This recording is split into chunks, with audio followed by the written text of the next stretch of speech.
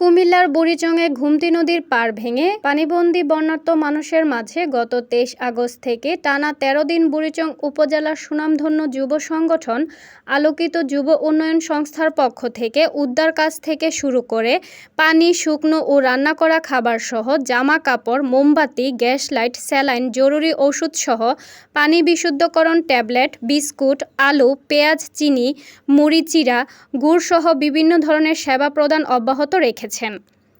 উপজেলার বাক্সিমল ইউনিয়নের পীতাম্বর, বাক্সিমল, কালিকাপুর, উত্তরপাড়া, আজ্ঞাপুর, পশ্চিমপাড়া, রাজাপুর ইউনিয়নের লরিবাগ এলাকায় এসব সামগ্রী বিতরণ করা হয়। বিতরণকালে সংগঠনের প্রতিষ্ঠাতা সভাপতি গাজী মোহাম্মদ জাহাঙ্গীর আলম জাবিরের নেতৃত্বে খাদ্য সামগ্রী বিতরণ অনুষ্ঠানে প্রধান অতিথি ছিলেন ২ নং বাক্সিমল ইউনিয়ন পরিষদের চেয়ারম্যান মোহাম্মদ আব্দুল করিম।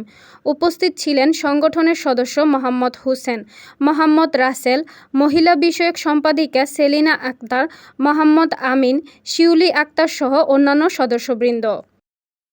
আমাদের এই বন্যা যখন আরম্ভ হয়েছে তখন থেকেই কিন্তু এই আলোকিত যুব উন্নয়ন এই সংস্থাটি মানুষের পাশে দাঁড়িয়েছেন।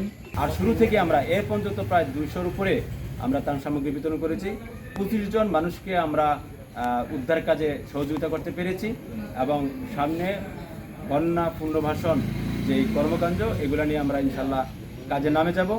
তো আমাদের জন্য সবাই দোয়া করবেন। আপনারা দেখছেন মেঘনা টিভি, সত্যের সন্ধানে সবসময়। এছাড়া দেশ বিদেশের নিত্য নতুন খবর জানতে মেঘনা টিভির ফেসবুক পেজ facebook+meghna tv.bd তে লাইক দিয়ে আমাদের সাথেই থাকুন।